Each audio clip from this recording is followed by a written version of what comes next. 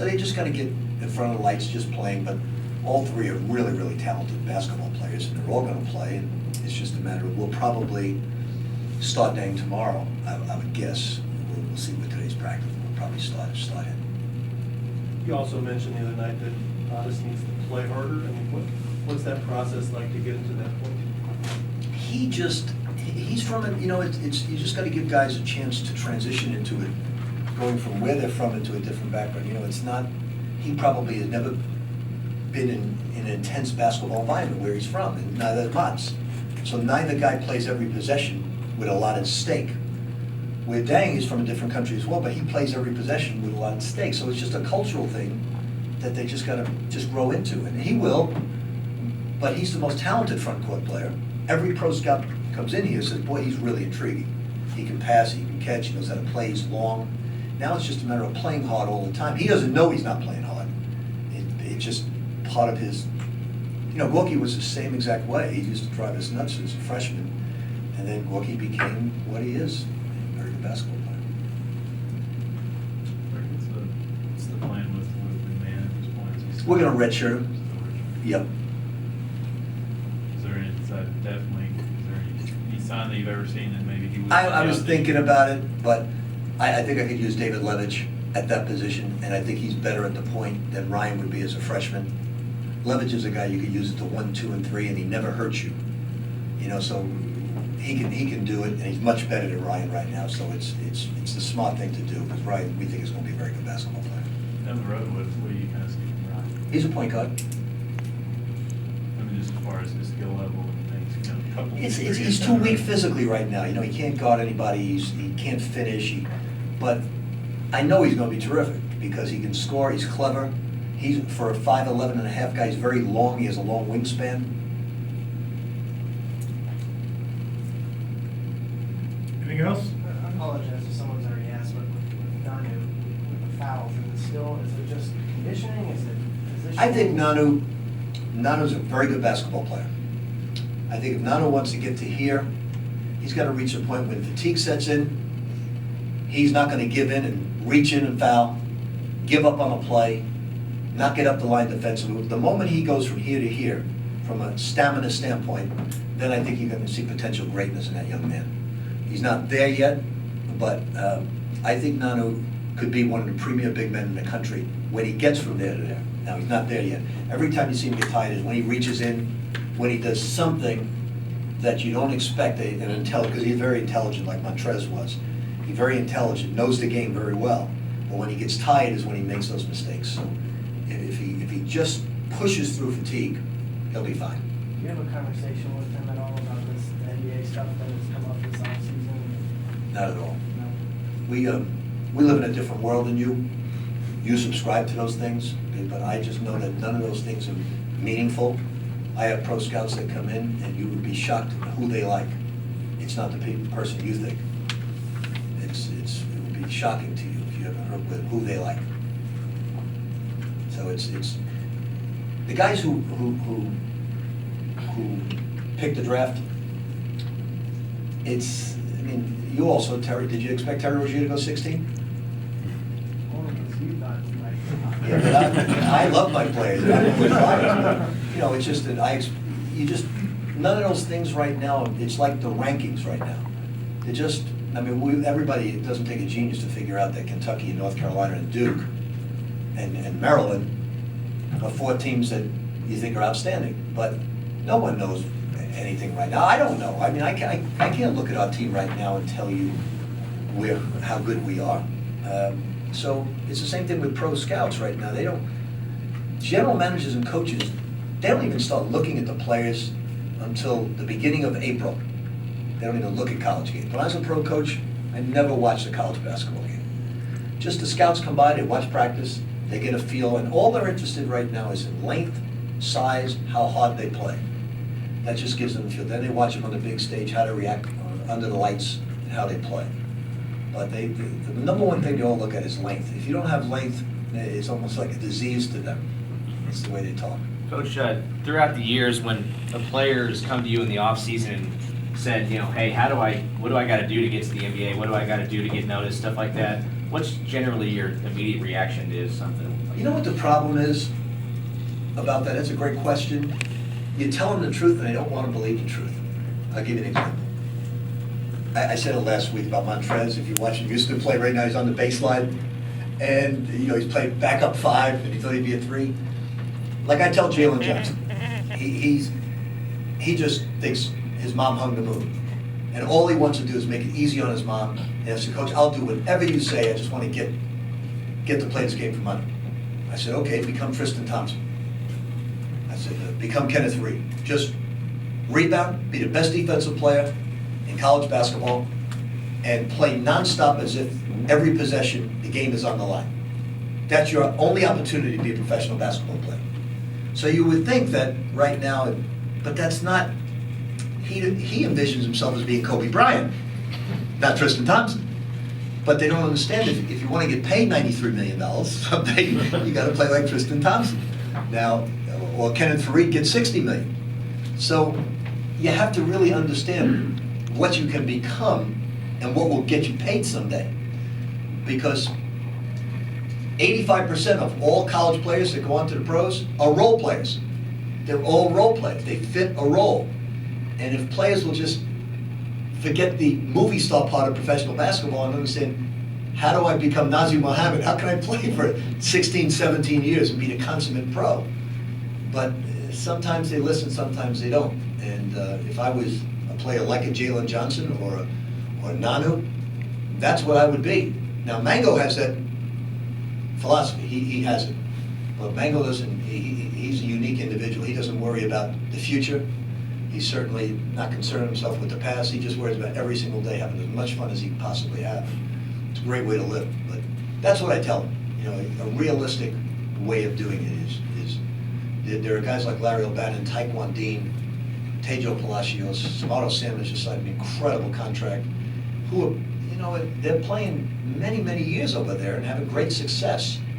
And in Larry's case, it's been a wonderful career. So it's not only the NBA, but what can you do overseas today as well? Anybody else? Okay, thank you. Those two young men, along with all the guys we have returning, are going to give us a nucleus that I think will be very special. And we have one more scholarship available. I'm not sure how we'll use it yet, because I'm not sure what we have right now. I'm not sure what our weaknesses are right now. I'm not sure what our strengths are right now. Because I've never had a team where the leading scorer returning was 4 points a game. It wouldn't surprise me to see us in the Final Four. It wouldn't surprise me to see us have a good season. I have no idea what we have. And all I know is we have an incredible attitude. And I don't know where certain things are going to come from, but I do know these guys are a work in progress, and every day is a lot of fun for me as a basketball coach and teacher, because they give me so much. So that being said, tomorrow starts off the season. We have 4 years of I think, outstanding play to live up to. And can we do it is the big question. If you believe in people like I believe in this team, I believe it will be done. But we're going to go through some pains along the way, because our growing pains are going to be very large. And coming out of the exhibition season, I knew more about our team leaving Puerto Rico than I do now. Because the other night we were rolling along with an 18-point lead, and my liberal substitutions made it life and death to win the game. So I learned a valuable lesson about substitution patterns at the end of the games there, and because we fell apart at the end. And but I did like for about 30 minutes of the game, I did like the pace of the game. I liked what I was watching, passing the ball wise. And I think even Damian and Trey are new to the system, and it's going to take them a while to get started. I don't think they're playing anywhere near their potential right now.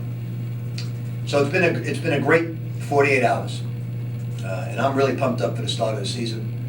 Tomorrow, Scott Padgett, who I coached and have so many fond memories of as a basketball player, is another one of the young men I've had as a player go into being a head coach. Real proud of Scott, and I like the way his teams play. They press. They play a terrific matchup zone. They get after you. They do a lot of penetrating with the basketball that creates good shots for them. So I think Scott is not someone I envisioned going in as a coach, as a player, obviously going in the NBA, but it's a lot of fun for me as a basketball coach to see one of my players as a head coach. So we're looking forward to Scott's visit. Any questions? Coach, given that you have so many players who have not played in your system before, including 2 seniors, have you adjusted how you prepare for the season and how you might go moving forward in the games before the league? I probably haven't put in as much defensively, just because I want to get good at man-to-man defense first, before I move on to the next thing. I'm hoping by the time conference play rolls around, to have everything in that I want in. But to your point, you first have to see what you have before you can match everything that you want to match together. You know, I'm not sure I know we're a good shot blocking team. I know that. The other facet that I still don't know, if you said to me, Darren, what are your strengths? I know we're a little weak in the passing department, especially with our front court. But I know that's probably our biggest weakness. I know our biggest strength is shot blocking. What lies in between right now, I don't know, and we'll know a little bit more tomorrow.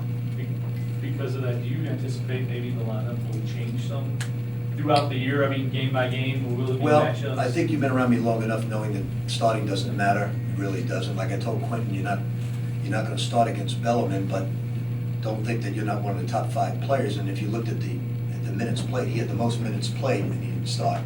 I think without question, Mango's the best player on the basketball team in terms of what he brings to the table, and he doesn't start. So in terms of lineup changes, I think that's irrelevant. In terms of which 9 guys play, I think it's relevant. You've had a bunch of players who become coach. Billy Donovan, I'm sure you probably knew though, when he was a player, you say with Patty, No, I wouldn't have mentioned that Scott would be a coach. You know, sometimes front court players, not to hold a bias against front court players, like because David's going to be an outstanding basketball coach, but most of the big guys really are into playing more than they are into coaching. And the backcourt players that don't grow anymore, they said the next best thing is to coach. But Scott, it's not a surprise as much as if he had a great playing career both in college as well as the NBA. He was a great college basketball player. And you know, it's indicative of Scott as a freshman, he didn't know if he was going to make it at Kentucky. And it turned out to be a hell of a basketball player. After watching Damian in Puerto Rico and seeing him in these 2 exhibition games, what's been your message to him as he's trying to kind of figure out his... Well, you know, in the last game, the one thing that I like the ball movement, I like the pace that they were playing at, but he came down and took a challenge 3, then Trey took a challenge 3, and Q took a challenge 3, and they got to understand, to play fast, you got to drive more. And when you drive more, then you pass it out, and that's a good shot. You don't want to pull up on the break and shoot threes, and they did that. So they're learning how to play fast for the first time. I think once Damian and Trey get comfortable, and they're thinking as well as the freshmen are thinking, and it's tough to do both. You want to think on defense, but you want to just relax and play basketball on offense and react a little bit. The news Saturday that everybody got about Kyle, I mean, within less than a week, you're texting back and forth with him. How unbelievable is that, as dire as that sounded? Oh, I was never so scared and worried in my life as what I was hearing. You know, it's I texted Dad. I said, "Will you wait on the surgery?" I don't know what the rules are in Barcelona because he's a brain surgeon. And you know, I think the thing sometimes that makes me feel so lucky about being the local basketball coach is we all celebrate, we all suffer together. This entire town, it wasn't just us feeling it. This entire town was, no matter where I was, you know, how's Kyle, how's Kyle, how's Kyle. And for a major city, pretty darn special. I think a lot of prayers were answered with Kyle. So you've texted back and forth with him in the last day? Yes, What did he say? that's personal. Yeah. Rick, do you think Mango's been more aggressive offensively so far this year? Does he adapted sort of a score-first mentality in this game? No, I don't think he's a score-first mentality, but I think he's got very aggressive offensively. I would like him when he catches the ball to think score before pass, before he turns it over.